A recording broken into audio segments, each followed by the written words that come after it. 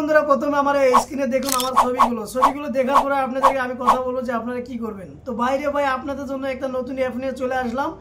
আপনারা এআই দিয়ে জিমিনি দিয়ে আপনারা ফটো এডিট করে করে কিন্তু অনেকে মাথা খারাপ হয়ে গেছে, কারণ আপনারা নিজের যে একটা ছবি দেন, ছবি দেওয়ার পরে কিন্তু আপনার যে ফেসটা রয়েছে ফেসটা কিন্তু চলে আসে না, অন্য রকমের কিন্তু ফেসটা চলে আসে। আপনাদের জন্য একটা নতুন আপডেট নিয়ে চলে আসলাম, নতুন একটা অ্যাপস নিয়ে আসলাম। একটা ছবি দেওয়ার সাথে সাথে কিন্তু আপনি 30 রকমের ছবি তৈরি করতে পারবেন। কি ভাই বিশ্বাস হচ্ছে না? প্রথমে আমি বিশ্বাস করছিলাম না যে একটা ছবিতে 30 রকমের ছবি কিভাবে তৈরি করা যায়। তো আমি আপনাদেরকে দেখানোর চেষ্টা করবো যে একটা ছবিতে আপনার 30 রকমের কালারফুল কিভাবে ফটো তৈরি করবেন।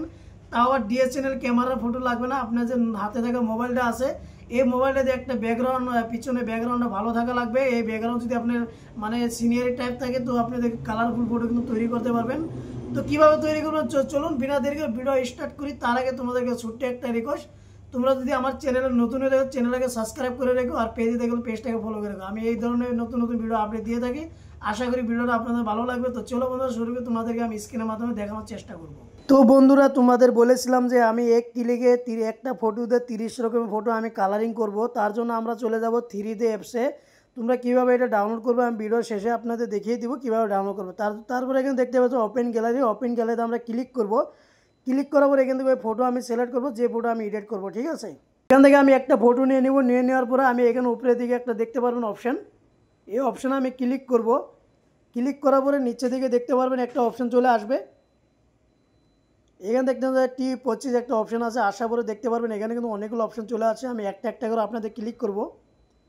দেখতে পাচ্ছেন বন্ধুরা কত সুন্দরভাবে কিন্তু ফটো এডিট হয়ে যাচ্ছে, দেখতে পাচ্ছেন কি সুন্দর লাগছে না ফটো। এই ধরনের আপনারা ফটো এডিট করে নেবেন, এক ক্লিকে আপনারা অনেক ধরনের ফটো আপনারা ক্লিক করতে পারবেন। দেখতে পাচ্ছেন এখানে চাইলে আপনারা নিজের ফটো দিয়ে আপনি এডিটটা করতে পারবেন।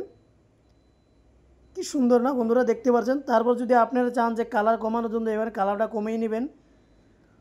তারপর আপনাদের সেভ করার জন্য আপনার এই যে উপরের দিকে একটা বটন আছে, এই বটনে আপনারা ক্লিক করবেন। ক্লিক করার পরে নিচে একটা অপশান আছে সেভ গ্যালারি।